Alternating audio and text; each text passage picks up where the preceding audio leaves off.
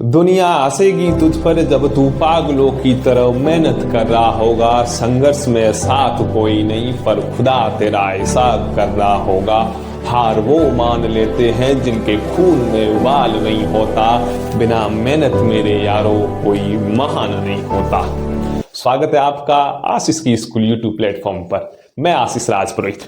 आज मैं राजस्थान सीईटी के लिए विज्ञान के प्रश्नोत्तरों की महत्वपूर्ण एक श्रृंखला लेके आया हूं। मुझे आशा है कि यह श्रृंखला आपके सिलेक्शन में एक महत्वपूर्ण भागीदारी दर्शाएगी। चलो शुरू करते हैं।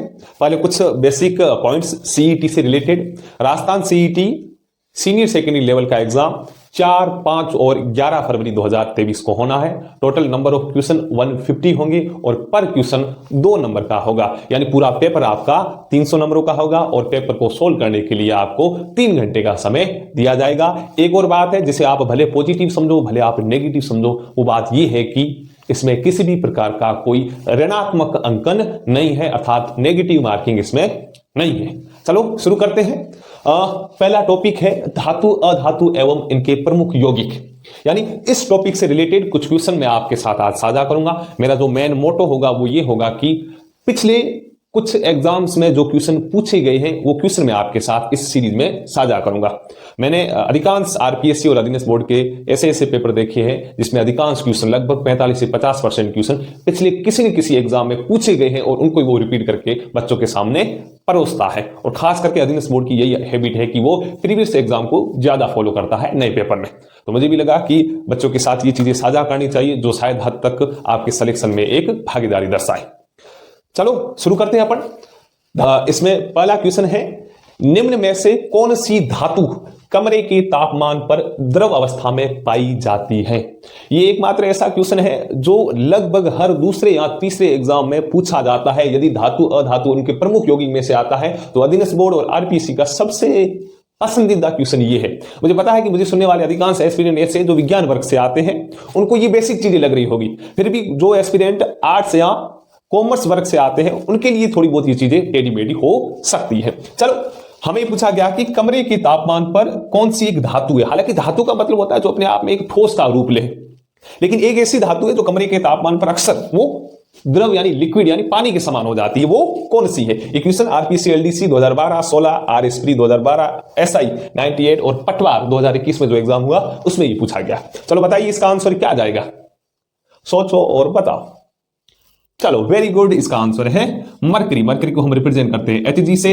पीरियोडिक टेबल की बात करें तो ये डी ब्लॉक का एक एलिमेंट है, या मैं कह सकता हूं डी ब्लॉक की ये धातु है, या मैं कह सकता हूं डी ब्लॉक का अंतिम तत्व क्या है? मरकरी। इसका परमाणु क्रमांक होता है 80, यानी ये आवर्त सारणी में 80वां नंबर रखता है। यानी इसमें नंबर ऑफ प्रोटॉन या नंबर ऑफ इलेक्ट्रॉन कितने हैं? 80। आगे समझ। और बेसिक ध्यान रखना, मरकरी एक ऐसी धातु है जो कमरे के तापमान पर द्रव अवस्था में पाई जाती है। चलो दूसरा क्वेश्चन लेते हैं। दूसरा क्वेश्चन है, निम्नलिखित में से कौन सी अधातु द्रव है? अधातु द्रव है। सबसे बढ़िया और प्यारा क्वेश्चन है। यदि कोई समझदार एग्जामिनर हो तो उसे ये क्वेश्चन देना चाहिए बच्चों में सिली मिस्टेक के लिए। यदि वो चाहता है कि बच्चा इस क्वेश्चन को गलत करे तो उसे अक्सर ये क्वेश्चन बच्चों के सामने परोसना चाहिए। तो क्या आंसर जाएगा? आयोडीन, क्लोरीन, ब्रोमीन या मरकरी? तो आप में से अधिकांश सोच रहे होंगे कि सर मरकरी जाना चाहिए। यदि मरकरी होता तो सर आप पहले लिख लेते, यहां पे क्यों देते? क्या आंसर जाएगा? ये क्वेश्चन आया है महिला पर्यवेक्षक 2015 और एसआई जो 2012 का एग्जाम हुआ है। हालांकि इनकी एंट्री होने बाकी है। आपने एक प्रमुख संस्थान के यूट्यूब चैनल से कुछ क्लिपें ली होंगी जिसमें वो राजस्थान के विभिन्न क्षेत्रों में कुछ एस्पिरेंट की इंटरव्यू ले रहे हैं, वो आपने देखी होगी। तो यानी वही एग्जाम है जिसके इंटरव्यू होने अभी, और कुछ इंटरव्यू की फनी क्लिप्स आप देख रहे होंगे। उन्हें बहुत ही तगड़े तगड़े क्वेश्चन पूछे जा रहे हैं लेकिन उनको उनके आंसर नहीं आ रहे। मुझे हंसी आती है कि उन्हें ये भी पता नहीं है कि राजस्थान में टोटल कितने जिले हैं, या भारतवर्ष में टोटल कितने राज्य, या भारत का प्रधानमंत्री या राष्ट्रपति कौन है वो भी नहीं पता नहीं। चलो छोड़ो, यहाँ पे आओ आप। निम्नलिखित में से कौन सी अधातु द्रव है? क्या आंसर जाएगा? चलो जिसको पता है तो बेटर है, नहीं तो इसका आंसर जाएगा ब्रोमीन। अच्छा क्वेश्चन है भाई। हालांकि मैंने ऑप्शन में छेड़छाड़ की, इस क्वेश्चन में मरकरी ऑप्शन नहीं दिया हुआ था। यदि ये क्वेश्चन ना आके सीधा ये आता, मैं लिख के कह रहा हूं 99% बच्चे इस क्वेश्चन को गलत करते ही करते, क्योंकि हर किसी ने द्रव द्रव द्रव सुना है, वो मरकरी टिपता है। लेकिन क्वेश्चन क्या पूछा? अधातु। वहां चलो धातु है, अधातु पूछा है, तो यानी ब्रोम, इसमें मरकरी क्या है? धातु है। ब्रोमीन अपने आप में अधातु है। कुछ साइंस के फंडामेंटल चीजें हैं कि एस ब्लॉक में, डी ब्लॉक में, पी ब्लॉक में sorry S block, D block और एफ ब्लॉक में अधिकांश जो एलिमेंट है वो अपने आप में धातु का रूप लिए होते हैं, लेकिन आप पी ब्लॉक के अंदर आओगे इसमें आपको अधातु और उपधातु मिलेगी। अधातु पूछा इसमें तो आंसर इसका जाएगा ब्रोमीन। हालांकि ब्रोमीन के बारे में और कुछ बता रहे हम आवर्त सारणी पढ़ते हैं तो उसमें एक 17वां वर्ग होता है, 17वां वर्ग, जिसे हम बोलते हैं हेलोजन फैमिली। क्या बोलते हैं? Halogen family. और हेलोजन फैमिली में आते हैं ये वाले एलिमेंट, फिर कल बाहर आई आंटी, ये वाले। लेकिन आप बाकी इसको छोड़ो, इनको संभाल के रखो, फ्लोरीन, क्लोरीन, ब्रोमीन और आयोडीन। फ्लोरीन अपने आप में गैसीय अवस्था में, क्लोरीन अपने आप में गैसीय अवस्था में, ब्रोमीन अपने आप में द्रव अवस्था में, और आयोडीन पाया जाता है सामान्यतः ठोस अवस्था में। और इसने यही पूछा कि इनमें से कौन सी अधातु है जो द्रव अवस्था में। आयोडीन क्या होगा सर? ठोस है। क्लोरीन क्या है सर? गैसीय अवस्था में। ब्रोमीन क्या? अभी आपने बताया कि सर वो द्रव है। और मरकरी कमरे के तापमान पर सामान्यतः द्रव अवस्था में होता है, लेकिन क्वेश्चन पूछ रहा है अधातु। अच्छा क्वेश्चन है, यदि एग्जामिनर आपसे गलत करवाता है अक्सर ये पूछेगा, और अक्सर ये क्वेश्चन पूछा हुआ है। ये दो क्वेश्चन समझ में आए। चलो अब हम लेते हैं तीसरा क्वेश्चन। चलो हम डिस्कस करते हैं अगला क्वेश्चन जो रहा आपकी स्क्रीन के ऊपर। निम्न में से कौन से तत्व मानक दाब एवं कमरे के तापमान पर तरल यानी द्रव होते हैं? 4 तत्व दिए हुए हैं, हीलियम, ब्रोमीन, मरकरी और क्लोरीन। आपको इन चारों में से वो तत्व चूज करने हैं जो नॉर्मली मानक दाब और कमरे के तापमान पर लिक्विड फेज में होते हैं। आपको मानक दाब देखकर कंफ्यूजन में नहीं होना है। प्रेशर यदि 1 एटमॉस्फेयर हो, ये अपने आप में मानक दाब कहलाता है। आप में से कोई ये भी सोच रहा होगा कि सर ये कमरे के तापमान यानी बेसिकली कमरे का तापमान कितना होता है? यदि हम टेम्परेचर रूम की बात करें वो बेसिकली 27 से 28 डिग्री सेल्सियस या सेंटीग्रेड होता है। चलो अपने क्वेश्चन के ऊपर आते हैं। अब यहां पूछा कि बढ़िया क्वेश्चन, पिछले 2 क्वेश्चन की थी उनका कॉम्बो है। पहला क्या था? निम्न में से कौन सी धातु है। दूसरा था निम्न में से कौन सी अधातु है। अब यहां पे पूछा है तत्व। ये अच्छा क्वेश्चन, देखो मैं कह रहा हूं दिमाग को खोलो। क्वेश्चन क्या कह रहा है? यहां कह रहा तत्व। हम जितने भी पढ़ते हैं, धातु पढ़े, अधातु पढ़े, उपधातु पढ़े, सभी के सभी तत्व है। हम पीरियोडिक टेबल आवर्त सारणी जो पूरी पढ़ते हैं वो पूरी अपने आप में तत्व है। उसमें फिर हमने तत्वों को डिवाइड किया है, कुछ धातु है, कुछ अधातु है और कुछ उपधातु है। यहां पर इसने पूछा है तत्व, तो सीधी बात है आ जाओ ऑप्शन के ऊपर। हीलियम आपको पता नहीं है, चलो छोड़ो, क्या है किस अवस्था में बांध लो। क्लोरीन आपको पता नहीं है, छोड़ो। लेकिन तुमने अभी तो पढ़ा था कि ब्रोमीन एक ऐसी अधातु है जो द्रव अवस्था में पाई जाती है। या तुम दिमाग के अंदर ठूस लो, ब्रोमीन एकमात्र ऐसी अधातु है जो द्रव अवस्था में पाई जाती है। चलो ये द्रव अवस्था में, मरकरी द्रव अवस्था में, यानी 2 और 3 अपने आप में द्रव अवस्था में पाए जा रहे हैं। तो आप ऑप्शन देखो, पहला 1 और 3 नहीं है, 2 और 3 है। चलो हमने टिक कर दिया ये वाला ऑप्शन। अब हम वापस आते हैं पहले और चौथे के ऊपर। हीलियम आपने सुना है कभी कभार हीलियम? आप कुछ कॉमेडियन शो देखते हो जिसमें कभी कभार तुमने देखा, कपिल शर्मा का शो देखो आप, उसमें आप देखते हो कुछ बैलून भरे हुए होते हैं और सामने जो एक्टर एक्ट्रेस होती है उनके मुंह में वो गैस डाली जाती है, फिर बोला जाता है अब तुम बोलो, फिर आवाज पूरी चेंज हो जाती है। यानी उस बैलून के अंदर जो बेसिकली गैस होती है वो कौन सी होती है? हीलियम। यानी हीलियम यहाँ पे क्या है? गैसीय अवस्था में, यानी गैस है। हमें पूछा किसका? द्रव का। इसका मतलब ये ऑप्शन चला गया। क्लोरीन का मैंने अभी बताया, फ्लोरीन, क्लोरीन पीरियोडिक टेबल में 17वें वर्ग के तत्व है। हेलोजन फैमिली में फ्लोरीन, क्लोरीन किस अवस्था में पाए जाते हैं? गैसीय। ब्रोमीन द्रव और आयोडीन ठोस अवस्था में। इसका उत्तर जाएगा 2 और 3। आया समझ में? ये क्वेश्चन आया पटवार 2021 में। चलो अगला वाला क्वेश्चन लेते हैं अपन। स्लाइड को घुमाए, आया ना, ऐसे घुमाते हैं डिजिटल बोर्ड में। चलो अपने पास है नहीं, लेकिन वक्त को वक्त देंगे तो वक्त भी अच्छा जरूर आएगा। चलो अगला क्वेश्चन है, हीमोग्लोबिन में धातु होती है। एक क्वेश्चन पूछा गया आरपीएससी एलडीसी 2014 में। ये पूछा कि हीमोग्लोबिन के अंदर कौन सी धातु होती है। आपने ब्लड यानी रक्त पढ़ा है कभी कभार, या आप पढ़ रहे हो तो आपने हीमोग्लोबिन का नाम जरूर सुना होगा। यह हमारे रक्त का एक वर्णक है जिसके कारण हमारे रक्त का जो कलर होता है वो लाल होता है। हाँ है ना। हीमोग्लोबिन का बेसिकली कार्य होता है हमारे शरीर में रक्त के साथ ऑक्सीजन का परिवहन करना। मतलब एक स्थान से, सीधी बात, आप ऑक्सीजन बाहर से लेते हो नासा छिद्र या मुख गुहा की सहायता से, वो जैसे फेफड़ों के पास जाती है, फेफड़ों की वायु कुपेविकाओं में, वहां पर टैक्सी बनी हुई बैठी हुई होती है हीमोग्लोबिन। और हीमोग्लोबिन अपने साथ ऑक्सीजन को जहां आवश्यकता होती है, यदि आप भाग रहे हो तो पांव की मसल्स को ऑक्सीजन की आवश्यकता है, वहां पर ऑक्सीजन ले कौन जाएगा? हीमोग्लोबिन। और मैं बेसिकली बच्चों को पढ़ाता हूं, मैं बोलता हूं हीमोग्लोबिन अपने आप में एक टैक्सी है या एक टेम्पो है जिसकी कैपेसिटी है 4 सवारी को ले जाना। यानी एक हीमोग्लोबिन का अणु अपने साथ कितनी ऑक्सीजन को ले जा सकता है? 4 को। ये भी ध्यान रख सकते हो आप कि हीमोग्लोबिन अपने साथ मैक्सिमम 4 ऑक्सीजन को ले जा सकता है। जहां ऑक्सीजन की आवश्यकता होगी वहां ऑक्सीजन दे आएगा और उसकी जगह कार्बन डाइऑक्साइड वापस वायु कुपिकाओं तक लाएगा, फिर उसको हमारे शरीर से बाहर निकाला जाएगा। तो बेसिकली अच्छा क्वेश्चन, हीमोग्लोबिन के अंदर कौन सी धातु होती है? मैग्नीशियम, आयरन, कैल्शियम और कोबाल्ट। बेसिकली मैं आशा करता हूं आपको पता होगा, इसका आंसर होगा आयरन। भले आयरन लिखा हुआ हो, भले यहां पे Fe लिखा हो, भले यहाँ पे लोहा लिखा हुआ हो। यानी हेमोग्लोबिन के अंदर जो बेसिकली मेटल यानी धातु होती है वो होती है आयरन यानी लोहा। आया समझ में? चलो हम डिस्कस करते हैं अगला क्वेश्चन। चलो हम डिस्कस करते हैं अगला क्वेश्चन। ये रहा आपकी स्क्रीन के ऊपर। क्वेश्चन है 18 कैरेट सोने में होता है 50% सोना, 18% सोना, 60% सोना या 75% सोना। अब आप में से सोच रहे होंगे सर क्वेश्चन क्या है, ऑप्शन क्या है, हमें तो कुछ समझ में नहीं आ रहा है, हमारे चारों ओर सोना ही सोना लिखा हुआ दिख रहा है हमें। ये क्वेश्चन पूछ रहा है कि जो 18 कैरेट सोना है, यानी हम आपको यदि 18 कैरेट सोना दे तो वो कितना प्योर होगा, यानी वो कितना शुद्ध होगा। यानी 18 कैरेट सोने की शुद्धता कितनी होगी, 50, 18, 60 या 75, यानी आपको शुद्धता बतानी है। तो सर कैसे सोल्व करेंगे? इसका एक बेसिक कॉन्सेप्ट है। आपने कभी कभार किन्हीं मूवी के अंदर या अपनी डेली लाइफ में यदि आप सुनार के टच में, तो आपने सुना होगा 24 कैरेट जो सोना होता है वो 100% प्योर होता है। यानी हम इस 24 कैरेट के बिहाफ पर इनकी शुद्धता निकालेंगे, यानी 18 कैरेट सोने की शुद्धता निकालेंगे। वो कैसे, या समझते हैं अपन। तरीका थोड़ी बहुत मैथमेटिक्स है, बेसिक तो शायद हद तक आपको आ ही रही होगी। 24 कैरेट सोना 100% होता है, यानी 100% शुद्ध होता है। तो 1 कैरेट सोना, तो 1 कैरेट सोना कितना शुद्ध होगा, तो वो होगा 100/24, है ना।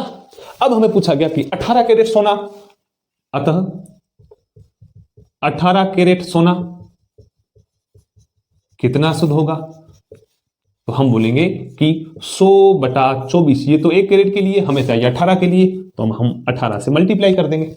अब आप इसे सोल्व कर सकते हो, ये हो जाएगा 1800/24। यदि आप इसे पूरा सोल्व करोगे तो इसका आंसर आएगा 75%। यानी हम आपको 18 कैरेट सोना देते हैं, वो 75% शुद्ध है। ये क्वेश्चन 2 बार पूछा गया, पटवार 2016 और एसआई 2002 में, यानी इसका उत्तर चला जाएगा ये। आपको यदि ये पूछा जाए कि 20 कैरेट सोना कितना शुद्ध है, 15 कैरेट सोना कितना शुद्ध है, तो सेम एज है 100/24। 1 कैरेट के लिए जितना कैरेट पूछा है उससे आप मल्टीप्लाई करोगे, उसका आंसर आ जाएगा।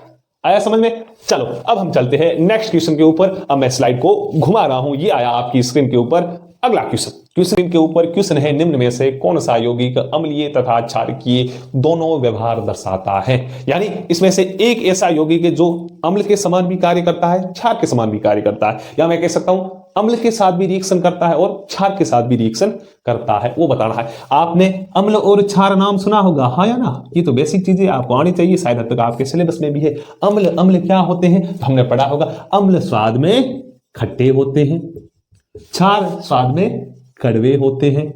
अम्ल नीले लिटमस पत्र को लाल कर देते हैं और क्षार लाल लिटमस पत्र को नीला कर देते हैं। ये आपने सुना होगा, वैसे कैरेक्टर हैं। बाकी जो चीजें मैं आगे डिस्कस करूंगा, कभी कभार जो क्वेश्चन आया। अब हमें इन चारों में से वो कंपाउंड बताना है जो अम्ल और क्षार दोनों का व्यवहार दर्शाता है। क्या जाएगा आंसर, बताओ। अच्छा क्वेश्चन, ये आरपीएससी एलडीसी 2016 और एक और एग्जाम है 2018 में हुआ कोई, उसमें भी ये पूछा गया है। क्या जाएगा, चलो इसका आंसर है Al2O3। कुछ एक बेसिक चीज मैं बता देता हूं, आप दिमाग में ठूस लो। ये अच्छा क्वेश्चन है, मतलब अच्छा है कि जिसके साइंस अच्छी है तो वो आराम से कर लेगा, बाकी आर्ट्स के या अलग फील्ड के बच्चे हैं तो वो थोड़ा बहुत उनको सोचना पड़ेगा। वो कैसे, देखो यहाँ पे आप BeAlSnPb और zinc, beryllium, aluminium, tin, lead और जिंक, इन चारों के साथ भले ऑक्सीजन जुड़ी हुई हो, भले इनके साथ OH जुड़ा हुआ हो, यानी BeAlSnPb जिंक के ऑक्साइड हो, भले इन पांचों के हाइड्रोक्साइड हो, वो हमेशा अम्लीय तथा क्षारकीय दोनों व्यवहार दर्शाते हैं। या मैं कह सकता हूं अम्ल और क्षार दोनों के साथ रिएक्शन करेंगे, यानी इनके ऑक्साइड और हाइड्रोक्साइड दोनों उभयधर्मी होगी, एम्फोटेरिक, यानी अम्ल और क्षार दोनों की भांति कार्य करें, उन्हें हम बोलते हैं उभयधर्मी ऑक्साइड या हाइड्रोक्साइड। आपको ये चार पकड़ने हैं, BeAlSnPb और जिंक, BeAlSnPb और जिंक, इनके ऑक्साइड हो भले हाइड्रोक्साइड हो, ये क्या होंगे, उभयधर्मी होंगे, यानी दोनों के साथ रिएक्शन करेंगे। अब यहां पर देखो Al2O3 एल्यूमिनियम आ गया, उसके साथ क्या ऑक्सीजन है, यानी ये एल्यूमिनियम का ऑक्साइड है, इसका आंसर ये चला गया। सेकंड देखो Na2O, ये तो सोडियम, क्या सोडियम इसमें है नहीं, चलो छोड़ो, ये ऑप्शन नहीं है। तीसरा है CO2, क्या कार्बन है इसमें? नहीं है, चलो चला गया। चौथा है KOH, क्या पोटेशियम इसमें है? नहीं है, तो ये भी चला गया। यदि इसकी जगह ऐसे होता कोई ऑप्शन में ZNO यानी जिंक का ऑक्साइड, तो उत्तर जाता। यहाँ इसकी जगह होता ZnOH का होल ट्वाइस, तो भी उत्तर जाता। ये ऑक्साइड है, ये हाइड्रोक्साइड है। या PB हो इसकी जगह जिंक की जगह, या जिंक की जगह SN हो, या जिंक की जगह BE हो, तो भी उसका उत्तर यही जाता। मतलब 5 आपको एलिमेंट पकड़ के रखने, BeAl SN PB जिंक, इनके ऑक्साइड और हाइड्रोक्साइड दोनों उभयधर्मी होते हैं, यानी अम्ल और क्षार दोनों के साथ रिएक्शन करते हैं। आया समझ में? चलो वेरी गुड, हम आगे बढ़ते हैं। चलो हम डिस्कस करते हैं अगला क्वेश्चन। अगला क्वेश्चन है आपकी स्क्रीन के ऊपर ये, निम्न में से किस उपकरण में पारे यानी मरकरी का उपयोग नहीं किया जाता है? Option A barometer, option B sphygmomanometer, option C sonography, option D thermometer. आपको इन चारों उपकरण में से वो उपकरण बताना है जिसमें हम सामान्यतः पारे यानी मरकरी का उपयोग नहीं करते। क्या आंसर जाएगा? ये क्वेश्चन आया RPSC LDC 2012। चलो सोचो और बताओ, जिसको आ रहा है वेरी गुड, नहीं आ रहा मैं समझा दूंगा। चलो इसका आंसर जाएगा सोनोग्राफी। सोनोग्राफी एक ऐसा उपकरण है जिसमें हम पारे या मरकरी का उपयोग नहीं करते। पारा और मरकरी सेम है, ठीक है? पारा बोलो, मरकरी बोलो, या Hg से रिप्रेजेंट करो। ऑप्शन ए है बैरोमीटर, इसमें हम मरकरी का यूज करते हैं। बैरोमीटर एक ऐसा उपकरण होता है जिसकी सहायता से हम वायुमंडलीय दाब का मापन करते हैं। ऑप्शन बी है स्फाइग्नोमैनोमीटर, जिसे हम सामान्य भाषा में बोलते हैं रक्तचापमापी, ऐसा उपकरण जिसकी सहायता से किसी प्राणी के बॉडी के रक्त का प्रेशर मापा जाता है। ऑप्शन डी है थर्मामीटर, ऐसा उपकरण जिसकी सहायता से किसी प्राणी के शरीर का तापमान मापा जाता है। यानी बैरोमीटर, स्फाइग्नोमैनोमीटर और थर्मामीटर, इन तीनों में हम पारे का यूज करते हैं, सोनोग्राफी में नहीं करते। सोनोग्राफी आपने सामान्यतः नाम सुना होगा, जनरली बेसिकली आपने यही सुना होगा सोनोग्राफी में कि यदि कोई स्त्री गर्भावस्था में है तो उसके शिशु के स्वास्थ्य की जानकारी के लिए इसका यूज किया जाता है। इसके अलावा भी इसके बहुत सारे यूज होते हैं, तो इसका आंसर चला जाएगा सोनोग्राफी। आया समझ में? चलो हालांकि एक दो और चीजें कि आजकल हम इन उपकरणों को यूज करते हैं, तो अब डिजिटल उपकरण आ गए। अब सामान्यतः बहुत कम ऐसे आपको उपकरण बनेंगे जिसमें पारे का यूज होगा। मतलब पहले जो ये बैरोमीटर, स्फैग्नोमीटर और थर्मामीटर थे जिसमें सामान्य आम प्रचलन था कि इनमें पारा यूज होगा, लेकिन अब थोड़ा डिजिटल जमाना आ गया, तो अब हम जाते हैं डॉक्टर पे, आप तुम जाना, तुम देख स्फैग्नोमीटर आपके लगा तो उसमें सामान्यतः तुम्हें दिखेगा ही नहीं कि सर इसमें पारा कहां है, नहीं, क्योंकि वो डिजिटल है। आज से 15-20 साल पहले जाओगे तो वहां पर जो जितने भी ये उपकरण यूज होते थे उसमें पारा होता था। चलो आया समझ में? आगे वाला क्वेश्चन। चलो ये रहा आपकी स्क्रीन के ऊपर अगला क्वेश्चन। क्वेश्चन है सुमेलित करे। एक साइड दिया हुआ आयरन, गोल्ड, सिल्वर, मरकरी। इन्हें मैच करना है कि आयरन का सिंबल कौन सा है, गोल्ड का कौन सा है, सिल्वर का कौन सा है और मरकरी का कौन सा है। यानी पीरियोडिक टेबल के कुछ एलिमेंट्स दिए हुए हैं, उनके सामान्य नाम दिए हुए, हमें उन्हें मैच करना है। आ जाओ, मैं समझा रहा हूं। पहली चीज है यहां पे लिखा हुआ आयरन। आयरन बोलो या लोहा बोलो, ये तो आपने सुना होगा। अब ये बोला कि आयरन का इनमें से कौन सा प्रतीक है। विज्ञान वर्ग के एस्पिरेंट आराम से बता देंगे क्योंकि थोड़ा बहुत उनके देखा हो, लेकिन जो आर्ट्स फील्ड से आते, जो कॉमर्स वर्ग से आते हैं, उनको इतना पता नहीं होगा। अब देखो आयरन सर आई से स्टार्ट होगा तो बता देंगे, इसमें देखो Fe Hg Au Ag। यहाँ लोहा लिखा हुआ था L से कोई स्टार्ट होता तो हम बता देंगे, लेकिन यहाँ पर तो उल्टा दिया हुआ। आयरन या लोहा, इसका प्रतीक होता है Fe और इसे हम लैटिन भाषा में बोलते हैं फेरम। फेरम का तात्पर्य होता है आयरन से या लोहे से, यानी पहला है ए, वो इससे मैच होगा। ए का थर्ड ये नहीं है, बी का फर्स्ट हो सकता है, सी का, इसमें ए का फर्स्ट हो सकता है, इसमें ए का फर्स्ट हो सकता है। मतलब पहला ऑप्शन तो गया, इसको आप छोड़ो, बाकी तीन ऑप्शन पे हम फोकस करेंगे। सेकंड है गोल्ड। अरे गोल्ड नाम सुना है? गोल्ड बोलो या हम इसे बोलते हैं सोना। इसका सिंबल होता है AU। AU का मतलब होता है ओरम, यानी सोने को हम लैटिन भाषा में ओरम बोलते हैं। इसका सिंबल है AU, यानी बी का चला जाएगा थर्ड, बी का फोर्थ। ये तो ऑप्शन इससे हटा रहा। बी का सेकंड गलत है, बी का फोर्थ गलत है, बी का थर्ड राइट है, यानी इसका उत्तर तो सीधा चला गया ये वाला। मतलब ये अच्छे क्वेश्चन होते हैं, भले लेंदी लगे, मोटे लगे, यदि आप एक दो चीजें आगे पीछे कर लो तो हो जाता है इसका आंसर। आपको डरना नहीं है ऐसे क्वेश्चन देख। गोल्ड क्या है? AU। तीसरा है सिल्वर, चलो इसकी भी चर्चा कर लेते हैं। सिल्वर बोलो भले चांदी बोलो, इसका सिंबल होता है AU, सॉरी AG। AU तो भी रिपीट किया आपने। AG क्या होता है? AG, और AG का मतलब होता है अर्जेंटम। क्या होता है? अर्जेंटम, यानी चांदी या सिल्वर को हम लैटिन भाषा में बोलते हैं अर्जेंटम, यानी सिल्वर चला जाएगा यहां पर। ये सीधी बात है, सी का हो गया फोर्थ। लास्ट में है मरकरी। मरकरी मरकरी हम मरकरी सुनते आ रहे। मरकरी या इसे हम पारा बोले, इसका सिंबल होता है Hg। क्या होता है? Hg, और इसे हम लैटिन भाषा बोलते हैं हाइड्रेजीरम। हाइड्रेजिरम, ये इनकी लैटिन भाषा के शब्द है, वो ध्यान रखने हैं आपको। सबसे अच्छा क्वेश्चन मेरे भी आप एक अच्छा क्वेश्चन है। चलो समझ में आया, वेरी गुड। आज के लिए इतने खूब क्वेश्चन है, मैं अगली क्लास में इससे भी बढ़िया और ज्यादा क्वेश्चन लाऊंगा। जब तक आपका एग्जाम होता है तब तक मैं कंटिन्यू आने की कोशिश करूंगा। गुड लक, बढ़िया मेहनत करें, एक पॉजिटिव वे के साथ आगे बढ़ने की कोशिश करें। Be positive.